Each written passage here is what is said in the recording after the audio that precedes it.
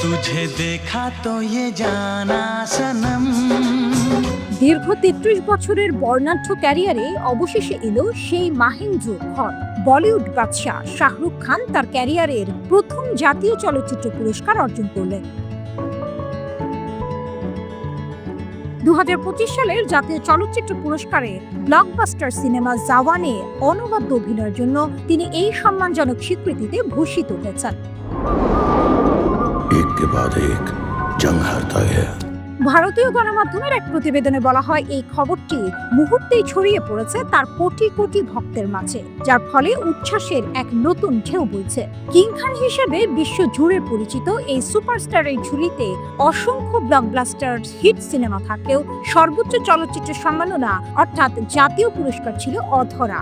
অবশেষে জাওয়ানে তার অসাধারণ অভিনয় সেই শূন্যতা পূরণ করল।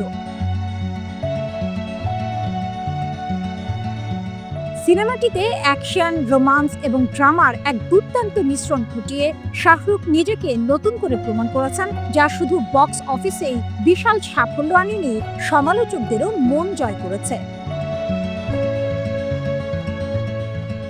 আন্তর্জাতিক অঙ্গনেও শাহরুখ খানের জনপ্রিয়তা আকাশ ছোঁয়া। তার অনস্বীকার্য অভিনয় দক্ষতা, অনন্য ব্যক্তিত্ব এবং বুদ্ধিদীপ্ত উপস্থাপনা তাকে বছরের পর বছর ধরে দর্শকদের পছন্দের শীর্ষে রেখেছে। এছাড়াও ফ্রান্স সরকার তাকে অর্ডার দেস অর্ডার এট দিস লেটার্স এবং লিজিয়ন অফ অনার এর মতো সম্মাননা প্রদান করেছে, যা বিশ্ব জুড়ে তার গ্রহণযোগ্যতার এক উজ্জ্বল দৃষ্টান্ত।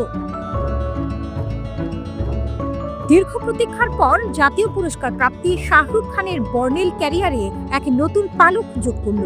এটি শুধুমাত্র তার একক সাফল্য নয়, বরং দেশ বিদেশে ছড়িয়ে থাকা তার অগণিত ভক্তদের দীর্ঘদিনের ভালোবাসারই প্রতিফলন।